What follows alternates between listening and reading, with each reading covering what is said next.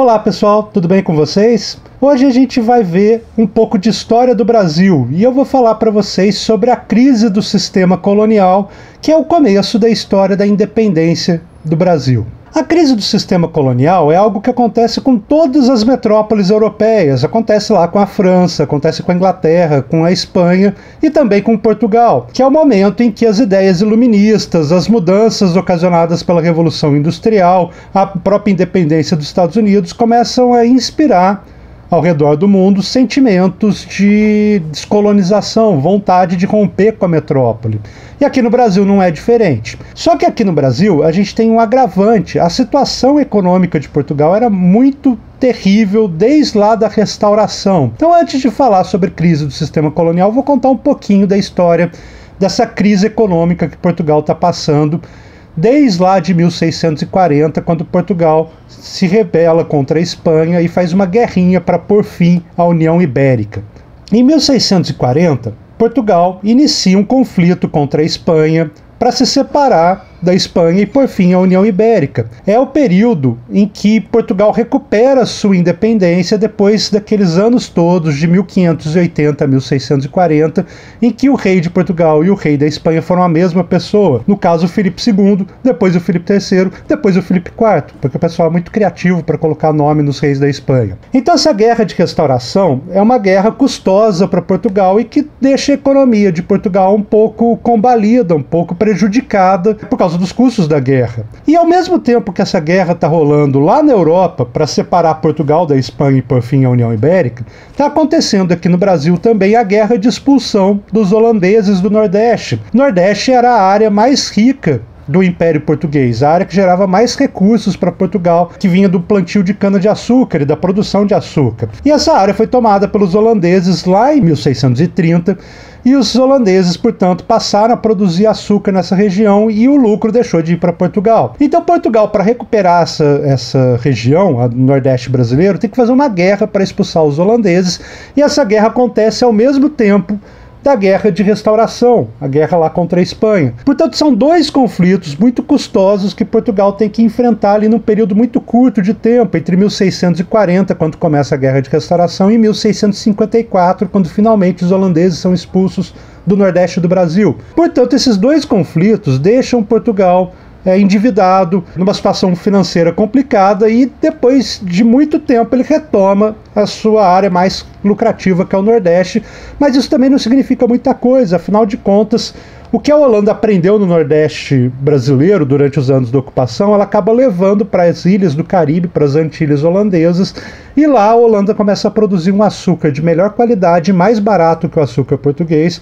portanto é um açúcar mais competitivo, e mesmo recuperando o Nordeste, a economia portuguesa não vai se recuperar tão fácil assim desse prejuízo que ela teve com a invasão holandesa. Além disso, Portugal faz uma série de acordos desvantajosos economicamente depois de 1640. Talvez o mais famoso e o principal deles seja o Tratado de Panos e Vinhos, ou Tratado de Methven, que acontece lá em 1703 entre Portugal e a Inglaterra, que é um acordo, vocês devem se lembrar, entre Portugal e Inglaterra, para que Portugal venda vinhos para a Inglaterra e a Inglaterra venda tecidos para Portugal, por isso o nome Tratado de Panos e Vinhos. E esse acordo não foi vantajoso para Portugal, afinal de contas Portugal consumia muito mais tecido inglês do que vendia vinho para a Inglaterra. Então Portugal vive uma situação bastante complicada, não basta as guerras que deixam Portugal endividado, ele também faz acordos que não são vantajosos para Portugal. Para piorar, no século XVIII essas guerras continuam, Portugal está envolvido em vários conflitos, só que agora aqui na América, conflitos para definir as fronteiras em relação à Espanha, da parte colonial de Portugal, da parte colonial da Espanha. E esses conflitos vão acontecendo ao longo de todo o século XVIII, e isso fica manifesto pela série de tratados que são assinados entre Portugal e Espanha para definir as fronteiras aqui das colônias na América do Sul, como o Tratado de Madrid de 1750, que é o que mais ou menos dá a forma do Brasil mais parecida com o que ela é hoje. O Brasil deixa de ser só aquela parte limitada pelo Tratado de Tordesilhas, lá de 1494, e com o Tratado de Madrid passa a ter um formato mais ou menos parecido com o que tem hoje, mas isso não significa o fim das guerras. Tem guerra contra os jesuítas, tem guerra contra os guaranis, tem guerra contra os espanhóis, tem outros tratados reformulando o Tratado de Madrid, como o Tratado de Santo Ildefonso de 1777, e esses conflitos acabam gerando problemas financeiros para Portugal. Afinal de contas, Portugal tem que gastar dinheiro nessas guerras. Como se não bastasse o envolvimento em guerras, que são guerras dispendiosas, a questão dos acordos desvantajosos, Portugal ainda sofre um terremoto arrasador em 1755. Como desgraça pouca é bobagem, Lisboa é quase totalmente destruída no terremoto de 1755 e precisa de recursos para reconstruir Lisboa, para reconstruir a cidade, que foi toda arrasada. Algumas pessoas estimam em até 100 mil mortos no terremoto de Lisboa, que aparentemente foi um dos terremotos mais fatais da história, chegou a 8 ponto alguma coisa na escala Richter, segundo projeções de algumas pessoas, ou seja, foi um terremoto bastante arrasador. Então olha que situação desgraçada que Portugal está. Tem guerra, tem terremoto, tem acordo desvantajoso economicamente, ou seja, Portugal está bem perdido na sua condição econômica lá por volta de 1770, quando começa o assunto da aula de hoje. Para tentar sair dessa crise econômica danada que Portugal está passando desde lá de 1640, um rei chamado Dom José I, que assume o trono em 1750, escolhe um ministro chamado Sebastião José de Carvalho e Melo, mais conhecido como Marquês de Pombal, para tentar liderar Portugal durante esse momento de crise, para tentar recuperar a economia portuguesa. O Marquês de Pombal faz parte de um movimento que a gente chama de despotismo esclarecido. Vocês já devem ter ouvido falar essa palavra. O que significa despotismo esclarecido? É quando algum intelectual europeu, no caso o Marquês de Pombal, tenta conciliar, por exemplo, os ideais que estão circulando pela Europa, do iluminismo, os textos lá do Voltaire, do Rousseau, com a manutenção do absolutismo. É para isso que o Marquês de Pombal é escolhido pelo Dom José I, para tentar modernizar Portugal, ao mesmo tempo que ele mantém a centralização política, que ele mantém os ideais do mercantilismo, essas coisas todas. Então isso é meio contraditório, essa coisa de, ao mesmo tempo, tentar empreender uma modernização, mas continuar com símbolos do passado, como a centralização do poder e como a lógica mercantilista na economia. Mas é isso que o Marquês de Pombal vai tentar fazer. Depois que ele vira ministro do Dom José I, ele começa a tomar uma série de atitudes para tentar recuperar a economia de Portugal. Ele começa, por exemplo, a fazer companhias monopolistas para lidar com as colônias aqui no Brasil e ao redor do mundo. Aqui no Brasil, por exemplo, ele cria a Companhia Geral de Comércio do Grão-Pará e Maranhão, a Companhia Geral de Comércio de Pernambuco e Paraíba, que são companhias para tentar lucrar mais com o comércio de produtos coloniais, de especiarias vindas da colônia. Ao mesmo tempo, ele tenta lucrar mais com a extração de metais preciosos. Ele cria uma série de mudanças nas regras dos impostos, por exemplo, para cobrar sobre o ouro que está sendo extraído lá na região de Minas Gerais e, sobretudo, sobre o diamante. A partir de 1771, por exemplo, a extração de diamante passa a ser monopólio exclusivo da realeza de Portugal, que é a tal da real extração dos diamantes. Aqui vocês veem uma imagem, por exemplo, lá da época da extração de diamantes. Então, nesse período, o que o Pombal está querendo fazer é aumentar as receitas de Portugal, seja através de impostos, seja, por exemplo, da extração exclusiva de diamantes pela coroa. Outra coisa que o Marquês de Pombal faz, além de tentar aumentar a renda da coroa, é centralizar o poder. Então, por exemplo, ele acaba com as capitanias hereditárias. As capitanias hereditárias continuaram existindo desde lá de 1530, 1534, até o Pombal extinguir elas no século XVIII. É óbvio que elas já não funcionavam mais do mesmo jeito como elas funcionaram lá naquele período de 1530 a 1548, quando elas tinham total autonomia. A partir de 1548, as capitanias hereditárias passaram a se submeter ao governo geral, mas elas continuaram existindo desde 1548. No século XVIII, Marquês de Pombal extingue essas capitanias hereditárias, ou seja, aqueles proprietários que eram donos de terra por herança desde lá de 1534, agora as terras deles podem ser divididas pela coroa portuguesa. Para tentar sair da crise, também parece interessante o desenvolvimento de manufaturas. Então é outra coisa que o Marquês de Pombal tenta incentivar, o desenvolvimento em Portugal de manufaturas que gerem recursos, que gerem riqueza para Portugal. Afinal de contas, Portugal estava importando praticamente todo o produto industrializado, principalmente da Inglaterra, desde lá do Tratado de Methven, como eu falei. Mas talvez o que marque mais a atuação do Marquês de Pombal como primeiro-ministro do Dom José I é a questão da expulsão dos jesuítas, que acontece em 1759. Os jesuítas eram vistos pelo Marquês de Pombal como um estado dentro do estado português. Eles tinham interesses próprios, eles tinham associações próprias, eles tinham atuações próprias, e isso muitas vezes divergia do que era interessante para a coroa. Por exemplo, na educação dos índios, o Marquês de Pombal queria tornar os índios completos cidadãos da coroa portuguesa, para inclusive usá-los durante as guerras que Portugal estava empreendendo aqui na América contra os espanhóis para a definição das fronteiras. Mas isso ia contra o interesse dos jesuítas, que tutelavam esses índios e catequizavam esses índios em aldeamentos, em reduções jesuíticas. Esse embate entre o Pombal e os jesuítas acabou levando à expulsão dos jesuítas lá em 1759. Por trás disso também tinha a lógica de que esses jesuítas que cuidavam da educação na colônia, inclusive lá em Portugal, eles, segundo o ponto de vista do Pombal, educavam o pessoal aqui na colônia mais com interesses religiosos do que com interesses econômicos, interesses desenvolvimentistas, e, portanto, para o Marquês de Pombal aquilo era um pouco que um atraso para Portugal. Portugal precisava de um outro tipo de educação. Portanto, ele também expulsa os jesuítas com o intuito de mudar a forma educacional de Portugal. Isso tem um pouco a ver com o iluminismo, por exemplo. O iluminismo é um movimento laico, um movimento que tenta separar o Estado da religião. Então essa é a parte do esclarecimento, do despotismo esclarecido lá do Pombal. Mas a parte de centralização do poder, a parte de aumentar o controle sobre as colônias, tudo isso faz parte do despotismo, lá do despotismo esclarecido. Percebam que é meio contraditória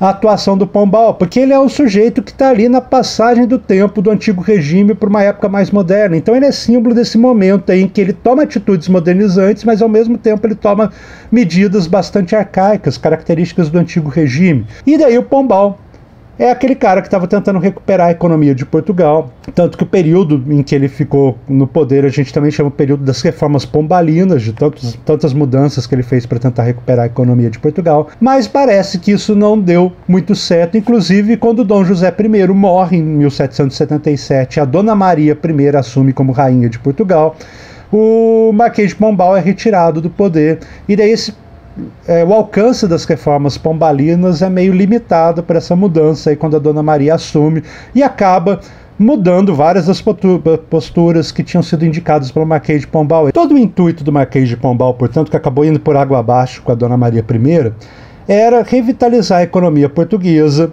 e provocar um dinamismo econômico lá em Portugal. E isso não aconteceu. Portugal continua endividado, continua sujeito ao comércio com a Inglaterra. Portanto, as reformas pombalinas tiveram um alcance limitado, isso lá em Portugal. Ao mesmo tempo, aqui no Brasil, está acontecendo o tal dinamismo econômico que Pombal almejava lá para Portugal, mas não está acontecendo lá em Portugal, está acontecendo aqui na colônia. É interessante como a segunda metade do século XVIII é um período em que várias mudanças começam a acontecer aqui no Brasil e a economia brasileira começa a ficar mais dinâmica. Por que isso acontece? Basicamente por dois motivos. Primeiro, que começa a rolar minimamente uma integração regional no Brasil, coisa que não tinha acontecido até o século XVIII.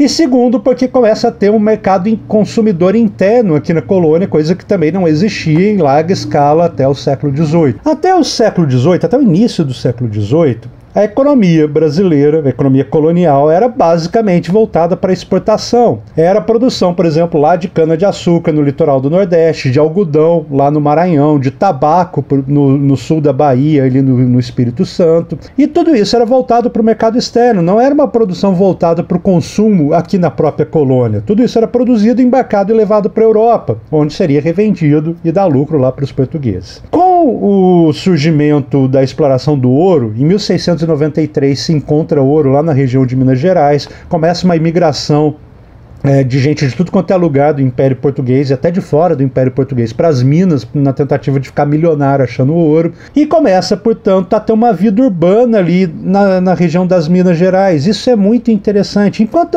a produção anterior é uma produção rural, feita fora das cidades e, portanto, próximo das áreas produtoras de comida, ao mesmo tempo lá que se produzia cana-de-açúcar, se produzia também os gêneros alimentícios que aquele engenho e as pessoas que moravam ali naquele engenho, como o senhor de engenho, os escravizados, os feitores, eles consumiam tudo aquilo que era produzido ali localmente. Agora na região das Minas não, na região das Minas surge um tipo de colonização bastante urbano, porque as pessoas que estão vivendo nessa cidade, elas não produzem alimentos para si mesmas, elas precisam consumir alimentos produzidos em outros lugares.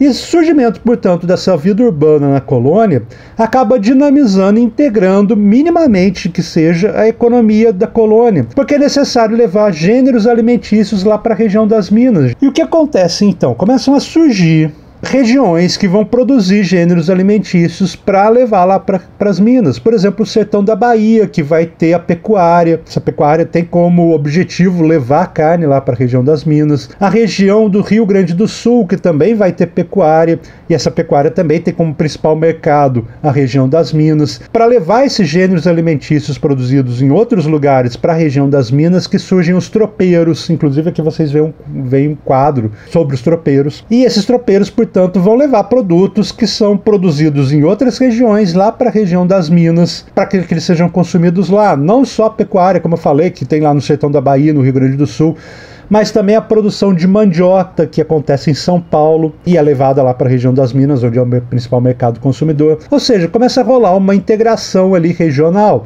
Não é uma integração também assim, tipo, vultuosa, não é um negócio que agora a economia brasileira é uma só. Não, continua ainda muito segmentada, mas começa a rolar pelo menos alguma integração entre as regiões do Brasil que até então viviam completamente alheias umas às outras. Esse processo de integração regional e surgimento de um mercado interno aqui na colônia é super interessante para explicar por que começa a surgir um dinamismo econômico aqui na colônia. Começam a surgir pessoas endinheiradas, não só pela extração do ouro, mas pessoas endinheiradas que vivem do comércio, por exemplo, que vivem de levar escravos do Rio de Janeiro para a região das Minas, ou pessoal envolvido lá com a pecuária também para a região das Minas.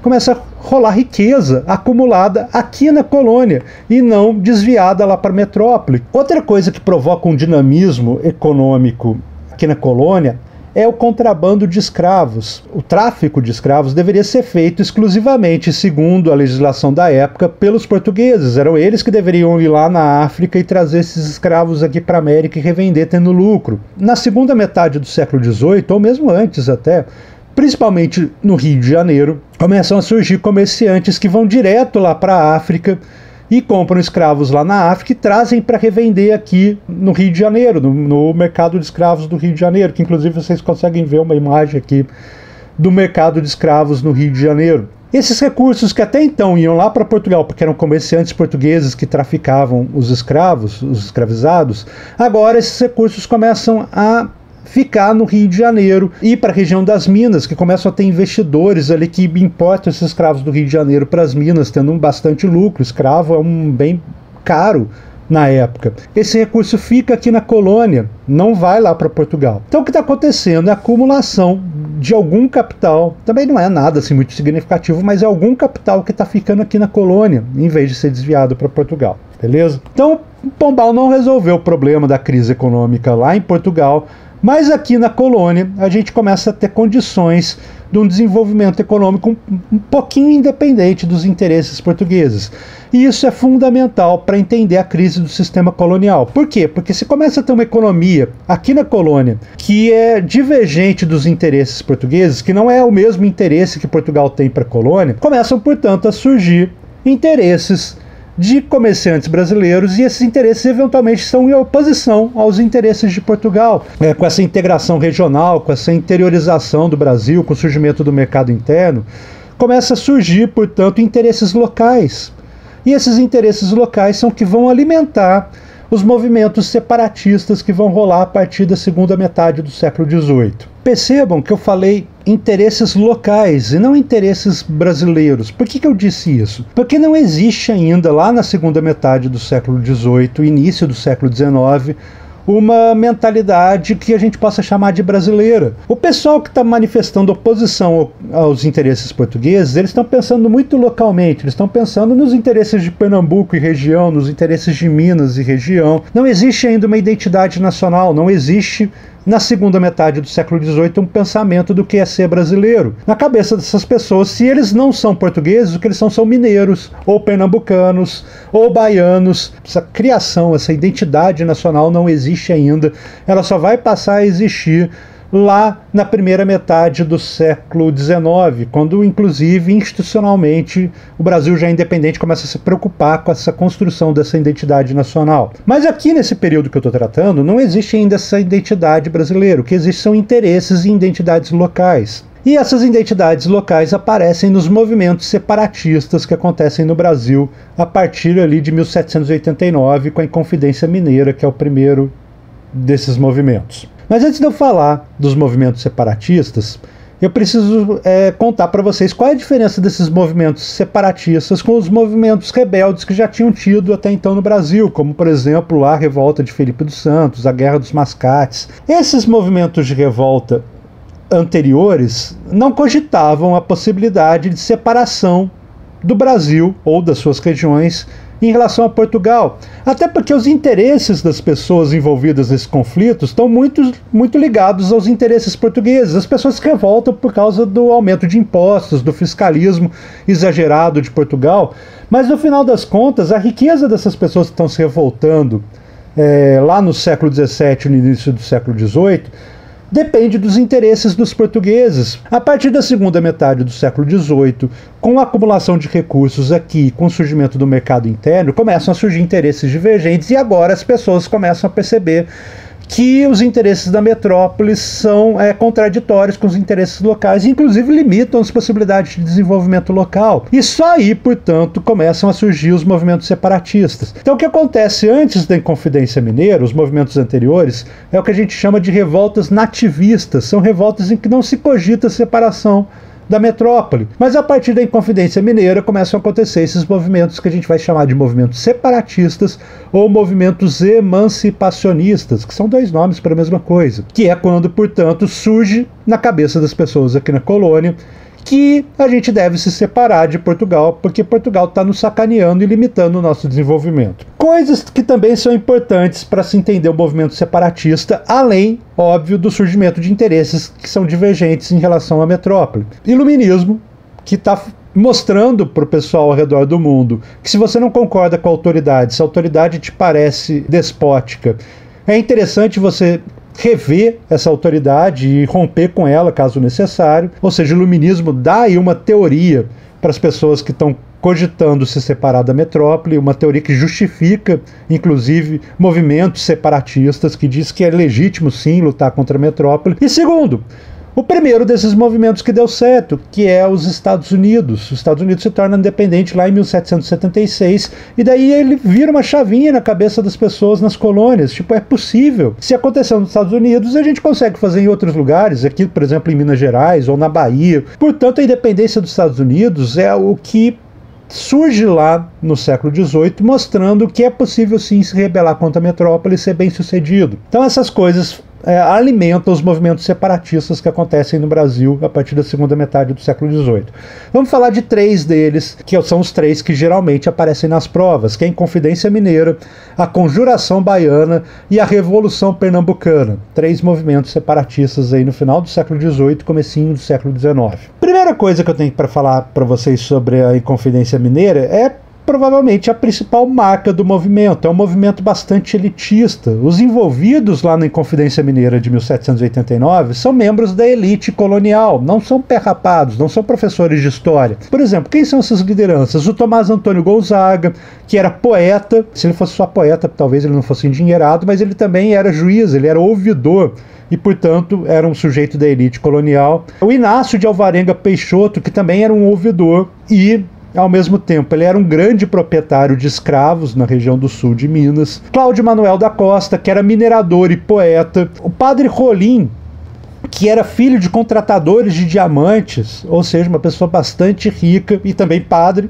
Na verdade, ele acabou virando padre só para tentar se safar da punição. Ou seja, o movimento da Inconfidência Mineira é um movimento bastante elitista, um movimento de pessoas com recursos. Muito se diz que o sujeito que era o menos abonado, digamos assim, envolvido na Inconfidência Mineira era o Tiradentes, Joaquim José da Silva Xavier. Mas ele também não era assim uma pessoa qualquer, ele era um alferes da guarda que existia lá em Minas Gerais. O alferes é mais ou menos equivalente a tenente hoje em dia. Ele também não era um completo pé rapado, ele era uma pessoa que não poderia não ser tão rica quanto os outros inconfidentes, mas ele também não era tão pobre assim. Então o que acontece é que essas pessoas da elite, que geralmente eram pessoas endividadas com a coroa. Por que aconteciam essas dívidas? Existiam vários contratos que a coroa fazia com o pessoal lá nas minas, por exemplo, contratos para se cobrar impostos. A coroa vendia o direito de se cobrar impostos para alguém, por exemplo, vendia por 1 milhão de contos o direito para se cobrar o imposto sobre aguardente. E daí o sujeito que comprava esse direito pagava 1 milhão de contos para a coroa e começava a cobrar imposto sobre aguardente. Se ele arrecadasse mais de 1 milhão de contos, o lucro era dele. Se não, ele ficava no prejuízo e era problema dele também. E vários desses contratadores, portanto, de cobranças de impostos eram membros da elite que pagavam a coroa e não conseguiam arrecadar o tanto que pretendiam e, portanto, acabavam se endividando com a coroa portuguesa. Esses caras todos aí dessa elite colonial que eu falei para vocês envolvidos com a Inconfidência Mineira são sujeitos que estão devendo para a coroa. E lá, também fruto das reformas lá do Marquês de Pombal, começa o interesse da coroa portuguesa de cobrar essas dívidas. Uma forma de cobrar essas dívidas também era exigindo o cumprimento da meta anual de 100 arrobas de ouro que deveriam ser enviadas para Portugal na forma de impostos anualmente. E caso não fosse atingida essas 100 arrobas de ouro, poderia acontecer a tal da derrama, que era a cobrança de dívidas, inclusive com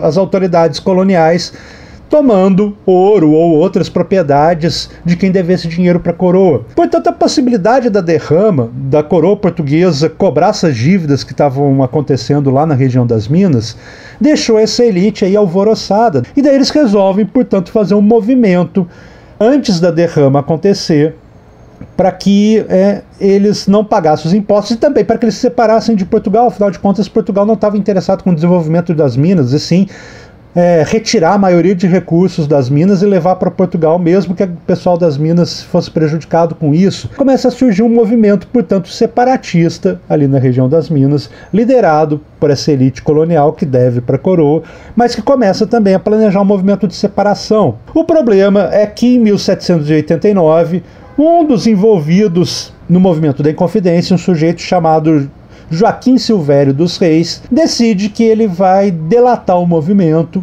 e, portanto, ele procura as autoridades portuguesas, procura o governador, o Visconde de Barbacena na época, e fala para ele que estão conspirando e fazendo um movimento separatista lá na região das Minas. Os líderes todos são presos, aqueles caras todos que eu falei para vocês agora há pouco são presos, são levados para o Rio de Janeiro, onde eles vão ser julgados, e lá, durante a investigação, começam a perguntar quais eram as propostas que eles tinham para o movimento rebelde, para depois da separação com Portugal, caso ela tivesse dado certo. E daí a gente sabe, por exemplo, que as propostas da Inconfidência Mineira eram estabelecer um regime republicano, em primeiro lugar, clara inspiração dos Estados Unidos, esse regime republicano. Segundo, tentar desenvolver as manufaturas locais, as manufaturas mineiras, para desenvolver a economia local e deixar de ser uma economia voltada para a exportação de matéria-prima, e sim uma economia que tem manufaturas, que produz riqueza localmente. Mas, ao mesmo tempo, por exemplo, também era uma característica defendida lá pelos confidentes, a manutenção da escravidão. Afinal de contas, vários desses caras eram proprietários de escravos, eles eram membros da elite. Então essas são as características gerais aí da Confidência Mineira, um movimento elitista que pretendia estabelecer uma república, desenvolver manufaturas e indústria local, mas ao mesmo tempo manter a escravidão. O pessoal mais rico envolvido com a Confidência Mineira acabou sendo condenado ao degredo. Vocês estão vendo aqui a sentença da Inconfidência Mineira, e aquele que parecia ser com menos recursos deles, o tal do Tiradentes, ele foi condenado a uma pena exemplar, a pena dele foi ser enforcado e depois esquartejado, e as partes do corpo dele expostas no caminho do Rio de Janeiro até Vila Rica, capital das Minas. A casa dele deveria ser destruída e o lugar em que a casa ficava deveria ser salgado para que nem mato crescesse no lugar mais. Vai vendo a natureza da pena exemplar do Tiradentes. O que a gente chama de pena exemplar é exatamente isso, que ela sirva de exemplo para que as pessoas fiquem apavoradas. Olha o que aconteceu com Tiradentes, a gente não pode fazer revolta, eu não quero que isso aconteça comigo. E assim terminou em Confidência Mineira, ou seja, não deu em nada, mas ela é a primeira revolta que acontece aqui no Brasil, que demonstra esse caráter separatista, que demonstra que tem interesses locais e esses interesses são divergentes com os interesses da metrópole. O Tiradentes, pela forma, inclusive, que ele foi condenado à morte, porque ele foi assassinado, executado, ele se tornou um mártir, ele se tornou um símbolo dessa luta contra a metrópole. E quando foi proclamada a República, o Tiradentes foi alçado à condição de herói nacional, foi criado um feriado para ele. Por que não antes? Por que não na época do Império? Porque o Tiradentes simbolizava a luta contra a monarquia, porque ele era republicano, porque ele simbolizava a luta contra a Casa Real de Portugal, que inclusive na época do Império os herdeiros da Casa Real de Portugal agora são a Casa Real brasileira. Então, durante o Império, a figura do Tiradentes não foi muito valorizada, mas quando é proclamada a República, o Tiradentes é alçado à condição de herói nacional. Surge lá o panteão do Tiradentes na região das Minas, o local em que ele foi enforcado aqui no Rio de Janeiro vira a Praça Tiradentes, inclusive com uma estátua dele, e daí, portanto, começa a se construir esse mito do Tiradentes como um mártir nacional. Então, em Confidência Mineira, no final das contas, não deu em nada. Mas vamos falar de outro movimento que tem quase características um pouco opostas em Confidência Mineira, que é a Conjuração Baiana, também conhecida como Revolta dos Alfaiates. E esse próprio nome já indica por que ele é um pouco diferente da Confidência Mineira. A Revolta dos Alfaiates é um movimento muito mais popular do que a Inconfidência Mineira. A Conjuração Baiana, como o próprio nome que eu falei para vocês diz, é um movimento mais popular, um movimento de alfaiates. Dois dos líderes eram alfaiates, o João de Deus e o Manuel Faustino, dois alfaiates, e também tinham duas lideranças que eram soldados, o Luiz Gonzaga e o Lucas Dantas. E também tinha um médico envolvido, um envolvido mais de elite ali da Conjuração Baiana, que é o Cipriano Barata, que ele era médico, e também ele era um notório revolucionário, porque ele participa da Conjuração Baiana e de outros movimentos revolucionários posteriores. Inclusive, ele participa do processo de independência do Brasil como um delegado lá nas Cortes de Lisboa, mas isso é assunto para a próxima aula. O importante, então, é que esse movimento tinha um caráter muito mais popular.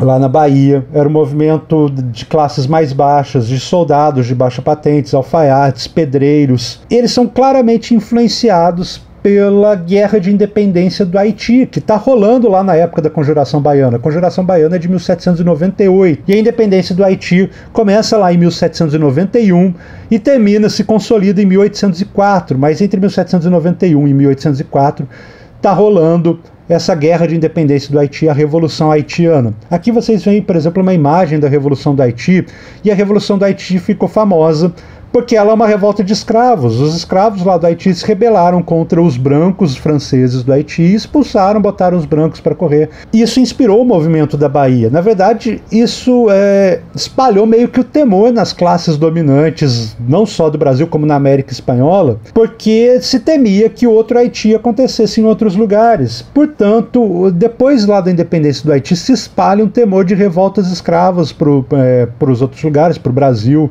tanto o Brasil colônia como o Brasil já independente, tem esse medo aí de que os escravos se rebelem, porque o Haiti mostrou o exemplo aí de revoltas escravas. Mas vamos voltar à Conjuração Baiana. Lá na Conjuração Baiana, então, tem essa inspiração da independência dos Estados Unidos também, do iluminismo, também tem os interesses locais divergindo com os interesses da metrópole, mas também tem essa questão aí da influência da Revolução do Haiti. Qual é o contexto da Conjuração Baiana? O primeiro contexto é o declínio econômico da Bahia, desde que a capital foi transferida para o Rio de Janeiro em 1763, porque o Rio de Janeiro ficava mais próximo da região das Minas e, portanto, era um local mais adequado para o controle da produção de ouro e diamantes. A Bahia acabou declinando economicamente. A administração toda passou para o Rio de Janeiro e isso acaba provocando um declínio lá em Salvador e na Bahia em geral. Outra coisa que acontece são crises de abastecimento que passam a acontecer lá na região da Bahia, por causa do aumento de impostos, por uma série de questões começa a se desabastecer a região da Bahia, começa a faltar comida, por exemplo. Então é um momento de carestia, de penúria. Tudo isso, portanto, acaba motivando o movimento rebelde lá dos alfaiates, dos soldados, e eles desencadeiam um movimento que tenta tomar o poder e separar a região da Bahia, talvez o Nordeste, um pouco mais de Portugal. E esse movimento ficou marcado por algumas características. Era um movimento republicano, era um movimento que defendia o livre comércio, era um movimento que defendia o fim da escravidão, e daí fica clara a participação de camadas mais populares, inclusive de escravizados, lutando no movimento. E é um movimento que inclui também nas suas pautas melhorias sociais, como, por exemplo, o aumento do salário dos soldados, maior remuneração para os artífices urbanos, como alfaiates, ourives, sapateiros, pedreiros, ou seja, é um movimento que inclui pautas sociais nele, coisa que, por exemplo, lá na Inconfidência Mineira não existiam essas pautas sociais. Não deu certo. Esses 4 líderes que eu falei para vocês, o João de Deus e o Manuel Faustino, que eram alfaiates, e o Luiz Gonzaga e o Lucas Dantas, que eram soldados, eles foram condenados à forca. O Cipriano Barata, que era um membro da elite, ficou alguns meses preso, mas depois foi libertado, inclusive, como eu falei, participa de outras revoltas depois disso. Mas o importante é que a Conjuração Baiana também não deu certo. E a última revolta separatista que eu tenho para falar para vocês é a Revolução Pernambucana. A Revolução Pernambucana tem características parecidas com a Conjuração Baiana, exceto pela parte dela ser um movimento popular. A Conjuração Baiana foi um movimento mais popular, e a Revolução Pernambucana foi um movimento que contou com bastante populares, mas também com membros da elite, então foi um movimento mais diverso. Mas ela se parece com a Conjuração Baiana porque as causas delas são semelhantes às causas da Conjuração Baiana, sobretudo o declínio econômico do Nordeste. A produção de cana vai diminuindo ao longo do século XVIII, início do século XIX, a economia nordestina vai entrando em declínio em geral, a transferência da capital para o Rio de Janeiro, como eu falei, prejudica ainda mais o desenvolvimento econômico do Nordeste. E tem a questão da vinda da família real, que eu vou falar daqui a pouco para vocês. A Revolução Pernambucana já acontece no contexto da vinda da família real, que transfere a capital do Império todo português, lá de Lisboa para o Rio de Janeiro. E o pessoal no Nordeste, especificamente lá em Pernambuco, acaba percebendo que eles trocaram ser subjugados, submetidos a Lisboa, para ser submetidos ao Rio de Janeiro, e que nada mudou para eles. Isso não significou mais liberdade econômica, nem mais liberdade civil. Pelo contrário, as condições continuam as mesmas, só que agora mudou a submissão de Lisboa para o Rio de Janeiro. E isso acaba gerando uma revolta lá em Pernambuco, um sentimento de que os interesses pernambucanos são divergentes com os interesses da coroa portuguesa. Quais são as características do movimento pernambucano? O que eles defendem? Eles defendem um regime republicano e, portanto, as 3 revoltas separatistas que eu falei para vocês são republicanas, defendiam a igualdade de direitos, ou seja, tem uma pauta social também na Revolução Pernambucana, defendiam a tolerância religiosa, que é algo interessante que não tinha aparecido nas 2 anteriores. O Estado tem que ser laico, que mostra, por exemplo, a influência do iluminismo no movimento da Revolução Pernambucana, mas eles também não falam nada contra a escravidão fica aí meio que por alto nos debates do pessoal lá na Revolução Pernambucana. A Revolução Pernambucana conseguiu tomar o controle de Pernambuco e se estabeleceu também em outras regiões durante 2 meses. Foi o único movimento, portanto, que teve algum sucesso militar, pelo menos por um tempo muito curto, no caso nesses 2 meses. E daí teve confronto com as tropas leais à coroa portuguesa e o movimento foi derrotado. 14 líderes da Revolução Pernambucana foram condenados à morte, foram enforcados. O Domingos José Martins, por exemplo, que é o principal líder, ele foi condenado à morte. O Frei Caneca, que é um nome bastante famoso, porque ele vai participar de outra revolução, ele foi preso pela Revolução Pernambucana, mas ele não é condenado à morte. Por ser frei, ele acaba sendo só preso por um tempo, depois é liberado, e depois ele participa da Confederação do Equador, que eu vou falar para vocês na próxima aula, e por causa da Confederação do Equador ele é condenado à morte, ou seja, também é outro revolucionário de várias revoluções. Tem um caso assim, tipo absurdo de condenação, que é o do padre João Ribeiro. Durante o julgamento dele, ele acabou cometendo suicídio.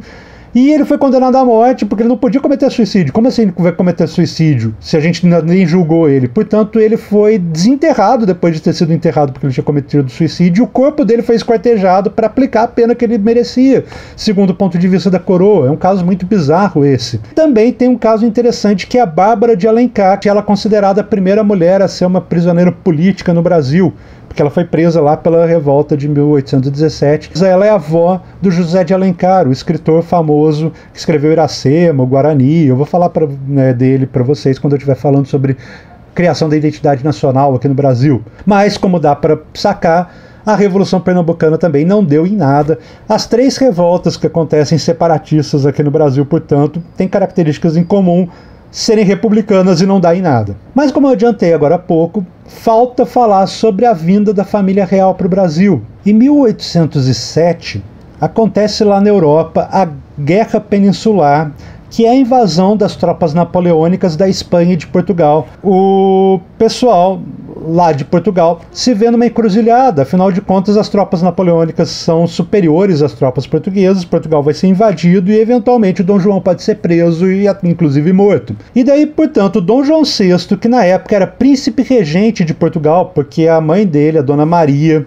foi declarada louca e, portanto, ele passou a ser o príncipe regente em nome da mãe, ele resolve que, numa saída para tentar não ser preso nem derrotado pelo Napoleão, nem ceder ao bloqueio continental, que ele vai meter o pé de Portugal e fugir com toda a corte para o Brasil, que ele vai, portanto, transferir a capital do Império Português para o Brasil, especificamente para o Rio de Janeiro. Quando o Dom João VI decide que ele vai vir para o Brasil, inclusive tem um quadro aqui do pessoal fugindo de Lisboa para o Brasil. A fuga aconteceu entre os dias 25 e 27 de novembro de 1807. Pegaram tudo que tinha, livro, caixa, documento, roupa, botaram nos navios e fugiram para cá. Foi uma fuga também desesperada, porque as tropas napoleônicas já estavam invadindo o Reino de Portugal, na verdade, em novembro de 1807. Mas o interessante é que, chegando aqui, algumas mudanças começam a acontecer em relação ao Brasil, mudanças que o Dom João VI acaba fazendo, porque afinal de contas o Brasil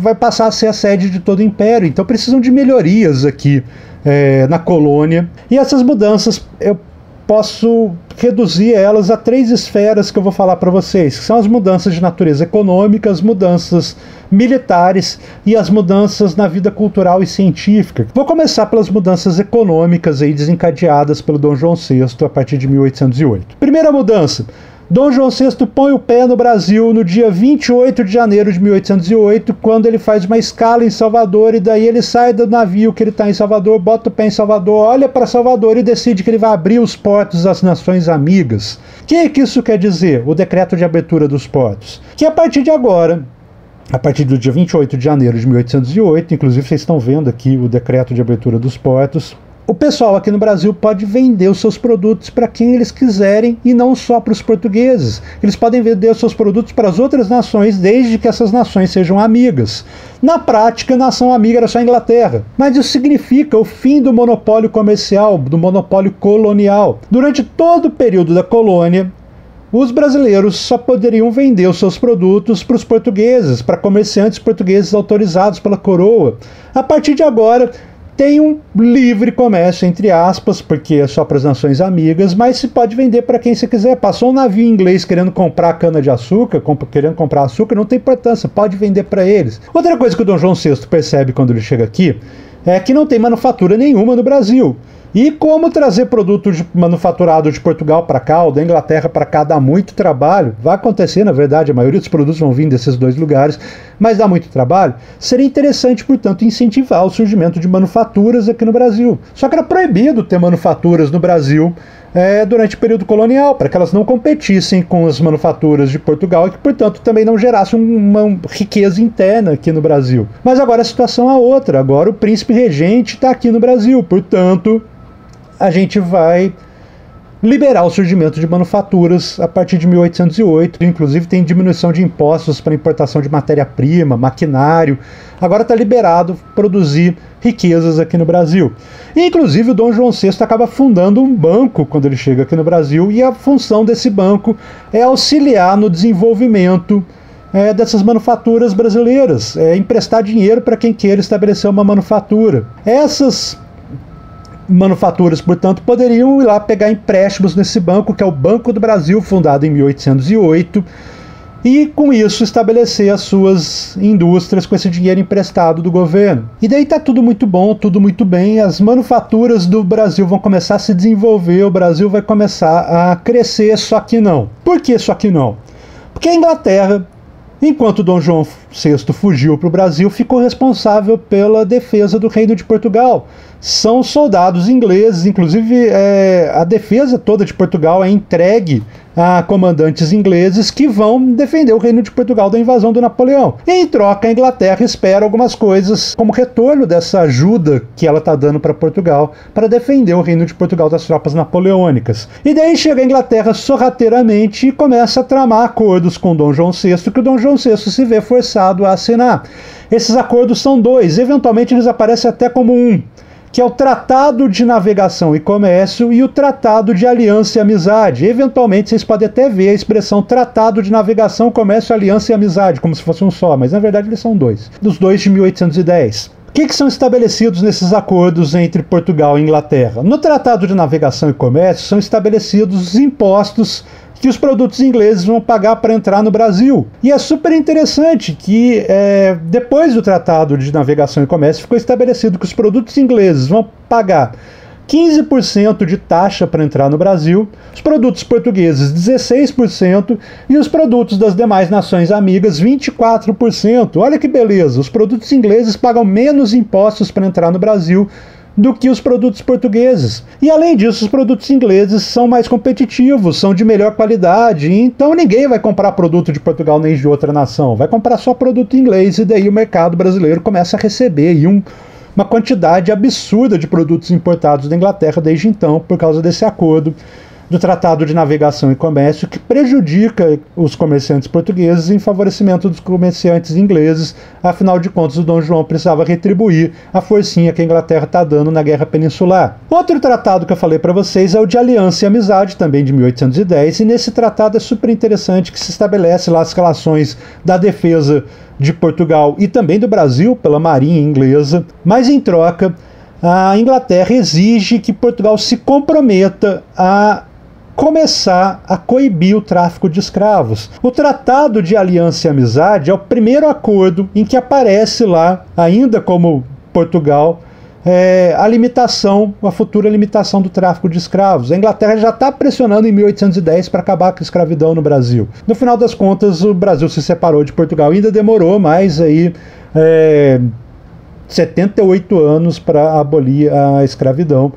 Mas, enfim, já tem um documento lá indicando que isso vai acontecer no futuro, e esse documento é o Tratado de Aliança e Amizade. O resultado desses dois acordos, o Tratado de Aliança e de Amizade de Navegação e Comércio, é que as tentativas todas de desenvolver a manufatura, com a criação do Banco do Brasil, empréstimo para quem quer abrir sua fabriquinha aqui no Brasil, elas vão dar em nada, porque afinal de contas, agora esses tratados facilitam a entrada de produtos ingleses. Como os produtos ingleses são baratos e de boa qualidade, ninguém vai querer comprar um produto brasileiro de uma manufatura qualquer. O pessoal vai continuar consumindo produtos ingleses e isso vai meio que sufocar essa indústria que poderia ter surgido no Brasil aí com as propostas do Dom João VI. E a última coisa que o Dom João VI faz, que tem a ver com motivos econômicos aí, motivos econômicos e políticos no caso, é a elevação do Brasil à categoria de Reino Unido, a Portugal e Algarves, e isso acontece em 1815, que é quando o Dom João VI decide que o Brasil não vai ser mais nem formalmente colônia. Politicamente o Brasil deixa de ser uma colônia e passa a ser um Reino Unido, juridicamente em pé de igualdade com Portugal. Então, desde que o Dom João VI chegou, tem duas coisas aí que marcam fins de coisas importantes do período colonial. A abertura dos portos, que marca o fim do monopólio comercial, do exclusivo colonial, e a elevação do Brasil à categoria de Reino Unido, que juridicamente, portanto, o Brasil deixa de ser uma colônia. Continua ainda ligado a Portugal, mas não é mais uma colônia. Então são essas as coisas que eu falei para vocês que estão relacionadas às mudanças econômicas desencadeadas pelo Dom João VI. Quais são as questões militares que o Dom João VI acaba empreendendo quando ele chega aqui? Primeiro que ele começa a abrir escolas militares, que a gente pode dizer como são as primeiras universidades, digamos, que surgem aqui no Brasil, mas também tem a atuação do Dom João VI em guerras que estão acontecendo aqui na América. A primeira coisa que o Dom João VI faz, assim que ele chega aqui no Brasil, é mandar tropas para invadir a Guiana Francesa.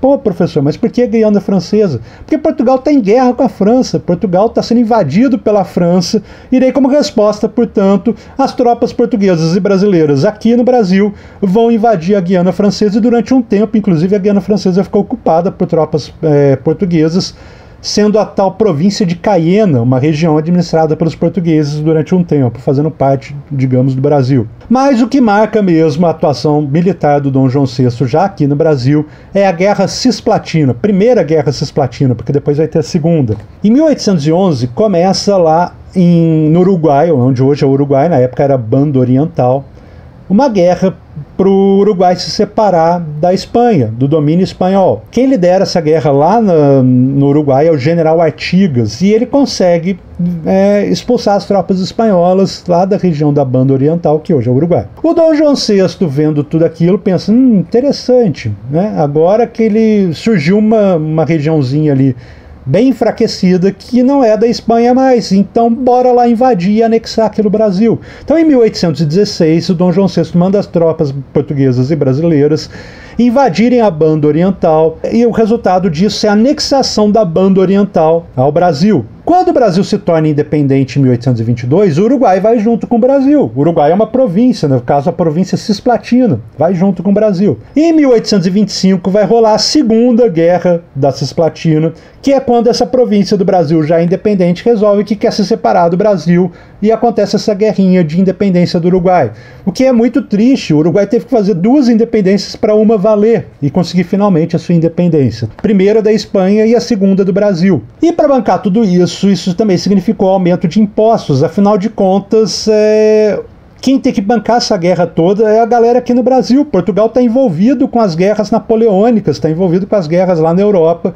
Então, quem banca essa brincadeira militar aí do Dom João VI na Guiana e também no Uruguai são impostos brasileiros, o que significa um aumento significativo de impostos aqui na colônia. E depois de 1815 nem mais colônia, na verdade. E a última coisa que eu tenho para falar para vocês relativa à atuação do Dom João VI é a vida cultural e científica que acaba começando, digamos assim, quando o Dom João VI chega aqui no Brasil. Afinal de contas, não existiam instituições de ensino oficiais, não existiam instituições universitárias de pesquisa aqui no Brasil. Isso começa a acontecer depois que o Dom João VI chega. Afinal de contas, o Brasil precisa se tornar a sede do Império todo e precisam ter melhorias aqui. Primeira coisa que o Dom João VI faz em 1808 é fundar o Jardim Botânico, que é hoje o Jardim Botânico do Rio de Janeiro. Por que isso é uma coisa relevante? Porque o Jardim Botânico é um lugar de aclimatação de espécies. No Jardim Botânico do Rio de Janeiro, o pessoal vai começar a plantar em condições ali observáveis, plantas que podem ser economicamente lucrativas para ver qual se adapta ao clima do Brasil e qual pode dar lucro no futuro. Então o Jardim Botânico surge como uma instituição de pesquisa também ligada à economia, também ligado ao interesse de se encontrar plantas que são economicamente relevantes porque possam ser produzidas aqui no Brasil porque elas se dão bem com o clima brasileiro. Outra coisa que o Dom João VI funda aqui no Brasil em 1810 é a Biblioteca Nacional, que é fundada com os livros que foram trazidos lá de Portugal durante a fuga, e um pouco depois também chegam mais livros de Portugal, e isso vira o originário lá da Biblioteca Nacional, no Rio de Janeiro. Além disso, tem o surgimento da imprensa no Brasil. Até 1808 era proibido qualquer tipo de publicação de jornais aqui no Brasil. E em 1808, com a chegada do Dom João VI aqui no Brasil, surge a imprensa oficial, que depois vai se tornar a imprensa nacional, como existe até hoje, e ela começa a publicar o primeiro jornal publicado no Brasil, que é um jornal oficial, que é o jornal que divulga lá as ações do Dom João VI aqui no Brasil. Mas tem o surgimento da imprensa. Pouco tempo depois vão começar a surgir outros jornais, óbvio que ainda tem censura, controle do Dom João VI, mas vão começar a surgir jornais aqui no Brasil. Isso é interessante porque agora a gente começa a ter uma imprensa que, se não exatamente livre, pelo menos é uma imprensa. E tem duas missões artísticas que vêm para o Brasil também no período, que são bastante interessantes, porque trazem artistas, escultores, pintores, intelectuais, não só artistas, mas também intelectuais, pesquisadores como botânicos, zoólogos, e vão começar a produzir trabalhos sobre o Brasil. A primeira dessas missões é a missão francesa, que chega aqui em 1816. O que foi a missão francesa? Vários artistas ligados ao Napoleão, lá na França, que pintavam quadros do Napoleão, que enfim retratavam assuntos políticos, que eram da área de influência do Napoleão e contavam com o apreço do Napoleão. Quando o Napoleão cai e a monarquia é restaurada, esses artistas ligados ao Napoleão se veem em situação política meio complicada, afinal de contas eles eram muito identificados ao regime que tinha acabado de cair. E daí eles resolvem que é uma boa ideia meter o pé lá da França e procurar um lugar para eles ficarem tranquilos, produzirem as obras deles sem a perseguição política que eles teriam lá na França. Pedem ajuda para o Dom João VI, que acha uma boa ideia patrocinar a vinda desses artistas para eles pintarem quadros, para eles produzirem obras, esculturas relacionadas ao Dom João VI e à família real, mas já aqui no Brasil. E daí vem a missão francesa, lá em 1816. Essa missão francesa cria a Escola Real de Ciências, Artes e Ofícios, que depois acaba virando museu, no final das contas acaba virando o que hoje em dia é o Museu Nacional de Belas Artes, e lá começa a ser ensinada pintura aqui no Brasil. Esses artistas começam a produzir obras relevantes sobre a natureza brasileira. E quem são os principais nomes desses artistas da missão francesa? Nicolas Antoine Tonet, um pintor, que inclusive vocês podem ver uma obra dele aqui, do Tonet. Mas talvez o principal nome seja o Jean-Baptiste Debré, ou simplesmente Debré. Um dos principais artistas desse período, que pintou vários quadros, inclusive eu já mostrei quadros dele nessa aula. Quando eu mostrei, por exemplo, a imagem do Dom João VI, foi o Debré que pintou aquele quadro do Dom João VI. Mas o Debré era um pintor lá na França, identificado ao Napoleão. Inclusive aqui vocês veem um quadro que ele pintou do Napoleão distribuído com decorações. E ele chega aqui no Brasil e começa a pintar sobre a sociedade, sobre a natureza da colônia. Ele produz várias aquarelas bastante famosas. Por exemplo, essa daqui de um índio usando arco e flecha. O Debré vira um dos pintores mais conhecidos desse período aí da permanência do Dom João VI no Brasil. E ele começa, junto com o Tonet, a dar aula lá no que hoje é o Museu de Belas Artes. Enfim, começa-se a produção artística de quadros aqui no Brasil. E logo em seguida tem a missão austríaca, em 1817. A missão francesa chega em 1816 e em 1817 chega a missão austríaca. A princesa Leopoldina, uma princesa austríaca, casou com Dom Pedro, filho do Dom João VI, depois futuro Dom Pedro I. Ela casou por procuração. E daí ela já está casada e precisa vir para o Brasil para encontrar o marido dela, o Dom Pedro, que está aqui no Brasil. E quando ela vem em 1817 da Áustria, ela traz uma série de pesquisadores e de artistas, pintores, junto com ela, que é conhecida como a missão austríaca. Quais são as pessoas importantes que vêm nessa missão austríaca, além, óbvio, da princesa Leopoldina? E ela mesma era uma intelectual, inclusive esteve bastante envolvida na independência do Brasil. Na próxima aula eu falo dela com mais detalhe quando eu falar da independência do Brasil. Mas junto com ela vieram o Thomas Ender, por exemplo, um pintor que vai retratar paisagens aqui do Brasil. Inclusive vocês veem uma paisagem aqui do Rio de Janeiro pintada pelo Thomas Ender, dá para ver ali a Igreja da Glória. Mas sobretudo vão vir dois pesquisadores, um botânico e um zoólogo, que vão começar a produzir material relativo à fauna e à flora brasileira, que são o von Martius, o botânico, e o von Spix, um zoólogo, e eles vão começar a produzir material, classificar, catalogar a fauna e a flora brasileira. Isso é bastante importante, porque é o primeiro esforço, tirando lá um breve período em que os holandeses fizeram um esforço